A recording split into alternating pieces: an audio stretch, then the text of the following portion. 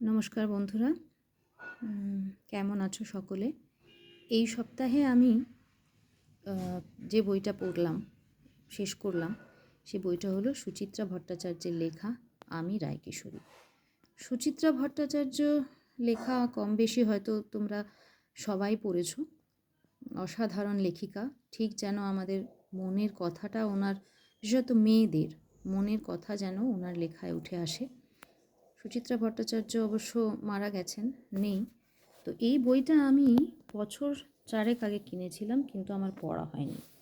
বইটা বেরিয়েছিল পুষ্প প্রকাশন নামে একটি প্রকাশনা সংস্থা থেকে, আর বইটার দাম নিয়েছিল সে সময় 70 টাকা।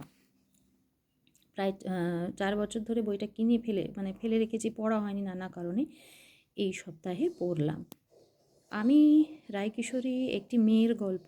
কৃষ্ণনগর মফস্বলে যার বাড়ি, সেই মেয়েটির একটি ছেলের সাথে বিয়ে হয়, অনিমেষ নামে একটি ছেলের সাথে বিয়ে হয়। বিয়ে হওয়ার পরে সেই অনিমেষ এবং তার মায়ের দুর্ব্যবহারে রায়কিশোরী বাধ্য হয় সেখান থেকে পালিয়ে আসতে, নয়তো তার প্রাণটাই চলে যেত। এরপর পুরো বইটা জুড়ে আছে, কিন্তু একটা জিনিস ভুলে গেলাম। রায়কিশোরীর দাদা, বাবা, মা এদের চেষ্টায় সে কলকাতা শহরে আসে একটি চাকরি নিয়ে এবং নিজের পায়ে দাঁড়াতে চেষ্টা করে। এরপর শুরু হয় তার জীবন সংগ্রাম। কলকাতা শহরে তার বিভিন্ন আরও মেয়েদের সঙ্গে আলাপ হয়, তাদের সঙ্গে তাদের জীবনেরও একটু ছোট ছোট অংশ রয়েছে। বিভিন্ন চরিত্র, যেমন এরপর সিদ্ধার্থ নামে আরেকটি চরিত্র আসে, যার সঙ্গে রায়কিশোরীর যোগাযোগ হয় ছোটো মাসির মাধ্যমে। তারপরে নীলাঞ্জন বলে আরেকটি চরিত্র, সেটি যাকে রায়কিশোরী একসময় ভালোবাসত, সেরকম একটি ছেলে, যদিও সেই চরিত্রটি প্রকাশ্যে আসে না। এছাড়া ডোমা